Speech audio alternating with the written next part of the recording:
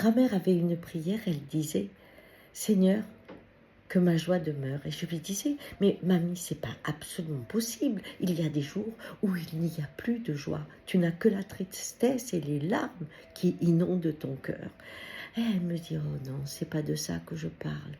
Tu sais, quand les gens sont rentrés de la guerre, certains n'avaient plus de joie en eux, plus du tout.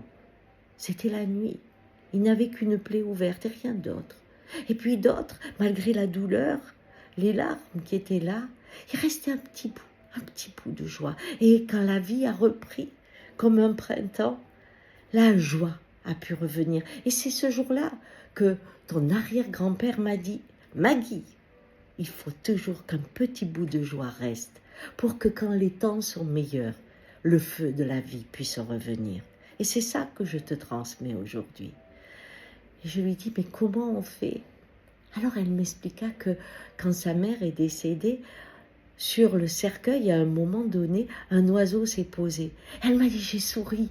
Et ma douleur, c'est pas qu'elle est partie, mais il y avait quelque chose de magique qui s'appelait la vie. Comme une fois, un rayon de soleil a caressé une photo. Et alors que je pleurais, je me suis apaisée. Mais ça peut être un sourire de quelqu'un que tu ne connais pas. Une fleur qui pousse dans un endroit où on ne l'imaginait pas. Chaque fois que tu prends un petit bout de joie, tu maintiens le feu qui est en toi pour que la vie, quand c'est le moment, s'embrase à nouveau dans un grand élan. Allez, que votre joie demeure.